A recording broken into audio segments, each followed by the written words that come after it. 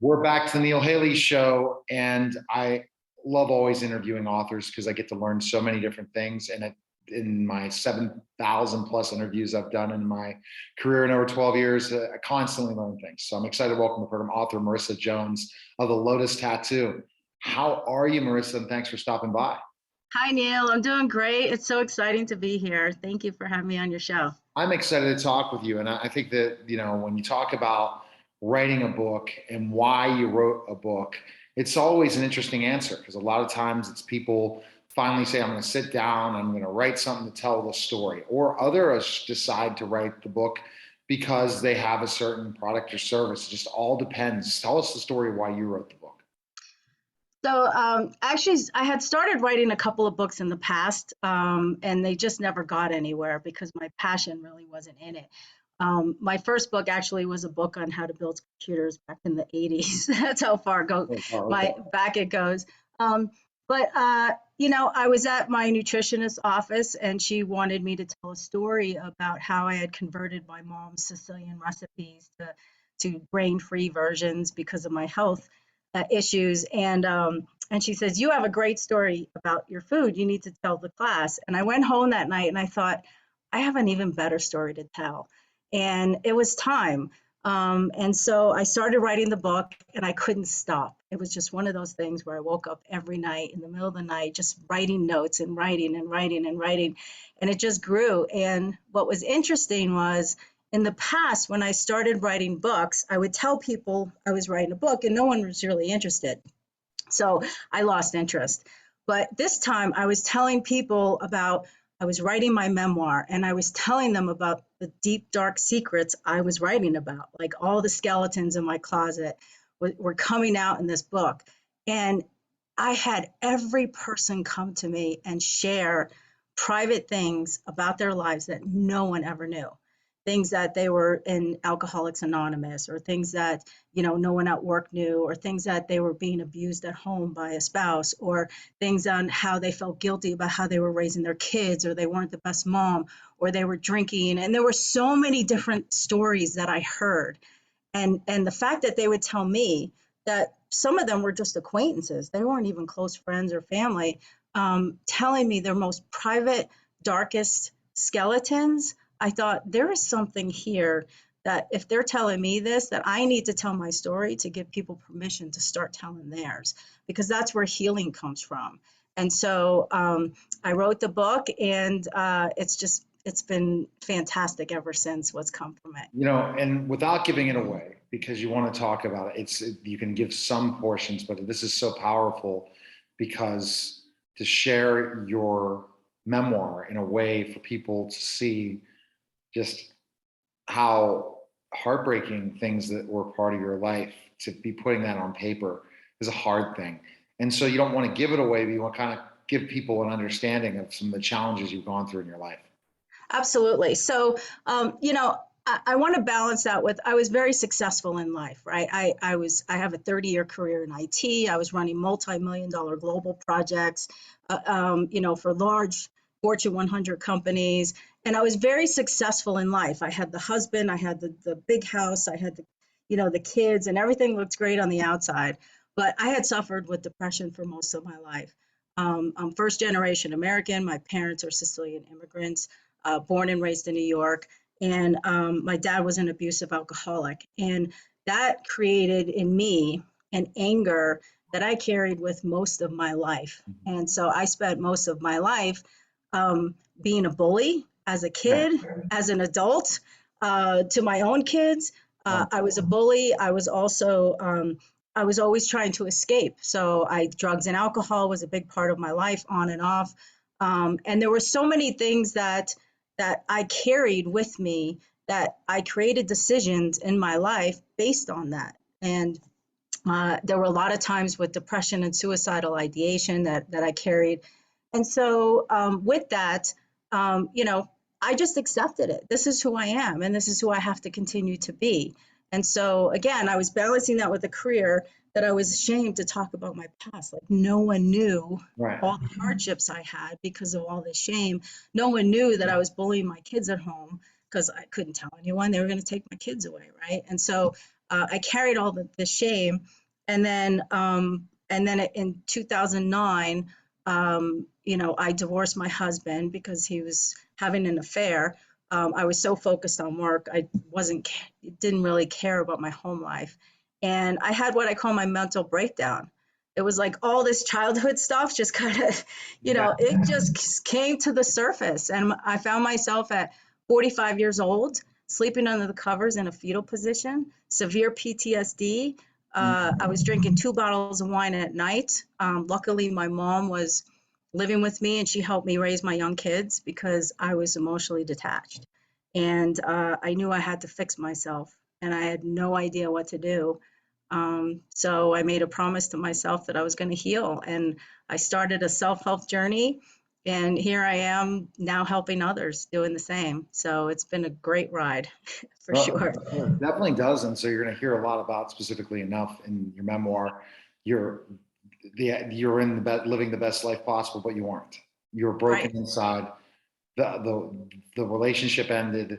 Then the distraught and pain. A lot of people, when they go through breakups, regardless of the situation, their lives change in so many ways, and they have to understand. And in a lot of ways, it took you time to cope to understand that I just didn't understand myself, and it goes back to myself not, pointing fingers at other people when we all have that anger, we all that say that it was somebody else's fault. Well, you got to look back at your childhood. You got to look back at your decisions you made, and you got to look back at all that. And that's what your book's trying to tell people, right? Right. And my ex-husband, he had gotten addicted to prescription drugs and was in a program afterwards and he had to make amends.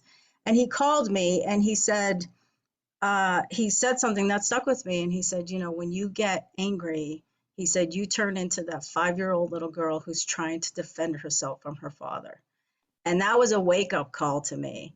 And that's what I started searching, like, what am I still carrying from that, right? What have I done in my life that was because of what happened to me?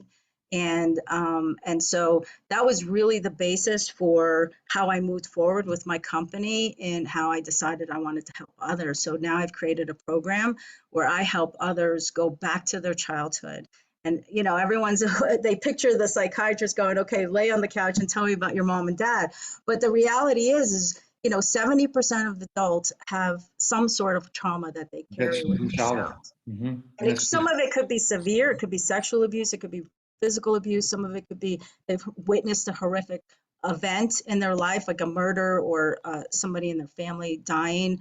But it could be abandonment, it could be a narcissistic parent. I mean, there's so many things that we carry with us. Some are really good and some yeah. are not so. And children can't handle seeing adult things happen. Right, right. The more you keep them away from adult things, the better. And to understand, especially if there's a bad relationship in the home or something, the adult needs to not lay the burden to the children on what's happening. And when they Absolutely. do, it will be a deep cause in what they decide to do in life. Absolutely. It could be one unhappy parent that's dealing with depression. It could be a breakup. It could be, as you talked about, severe as abuse or loss, but you really have to look back at that person. So what you do when you work with your clients is basically you really find out what are their favorite memories as a child, probably looking at specifically enough any pain they remember, and then look at decisions they made because they might not know till an adult why, right? We got bullied in school, right? All of us got bullied in school. It doesn't matter who we are. I mean, everyone at one point was bullied.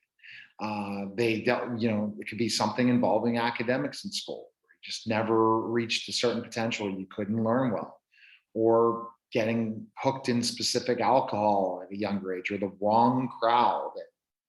That stems to who you are as an adult. That's really interesting that you bring that up because it's so true. Way we are shaped in life, we can transform ourselves. There's still going to be so many cobwebs in our closet that need to be cleaned out. Right.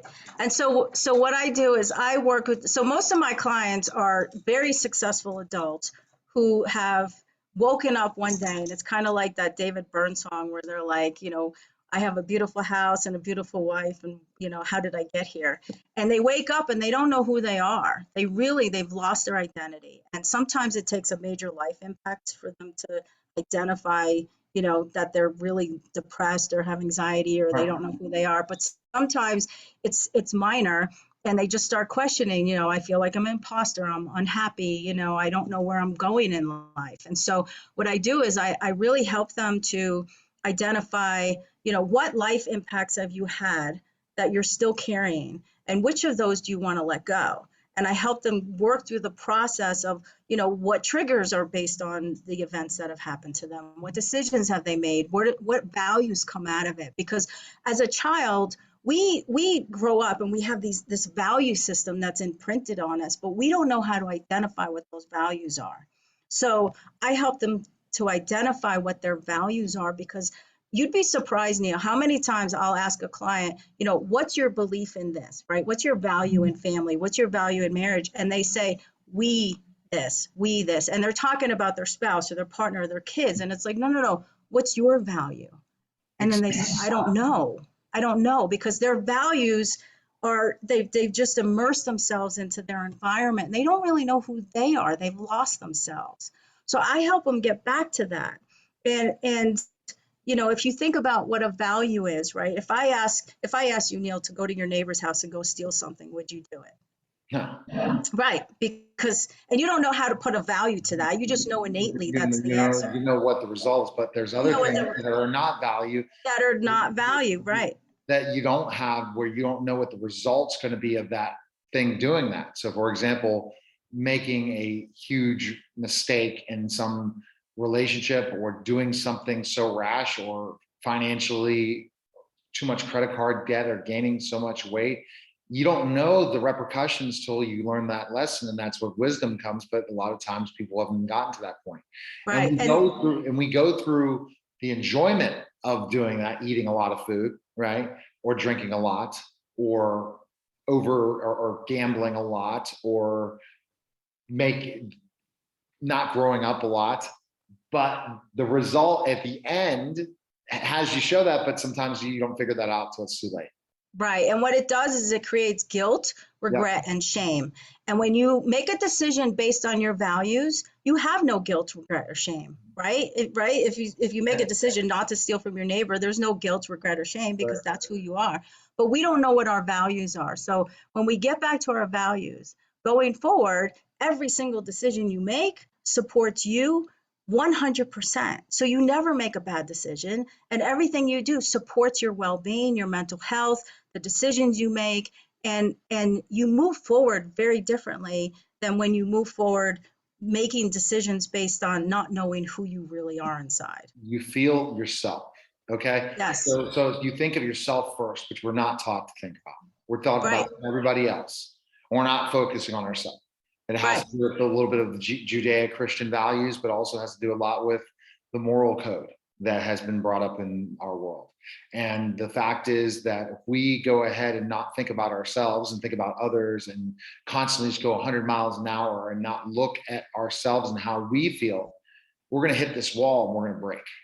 Right. Over and over and over. That's one of the things I hear from my clients the most is I get into the cycle where I'm really confident and everything's going great, and then I crash because I don't know where I'm going, and I'm lost, and it's that repeating cycle. And until you break that cycle, it's going to continue to happen, and it'll continue to happen to your children, because you're teaching them your behaviors and actions based on your own trauma. And so that's great. So where can people pick up the book? Where's the best place? You can go to Amazon. If you look up the Lotus Tattoo memoir, my book will automatically come up. You can go to my website. It's myeverydaybeing.com. myeverydaybeing.com. I have coaching. I have a 6-month mindful mindset warrior, the art of intentional thinking. It's a 6-month intensive boot camp to help rid of all of the issues and traumas that you're carrying and help you move forward and identify who you are. And I have a lot of online courses as well that you can take as well. You have a tremendous mission, and keep helping people for sure. I appreciate you coming by. Thank you, Neil. Thanks. You're I welcome. appreciate You're it. welcome. You're watching and listening to the Neil Haley Show, and we'll be back in just a moment.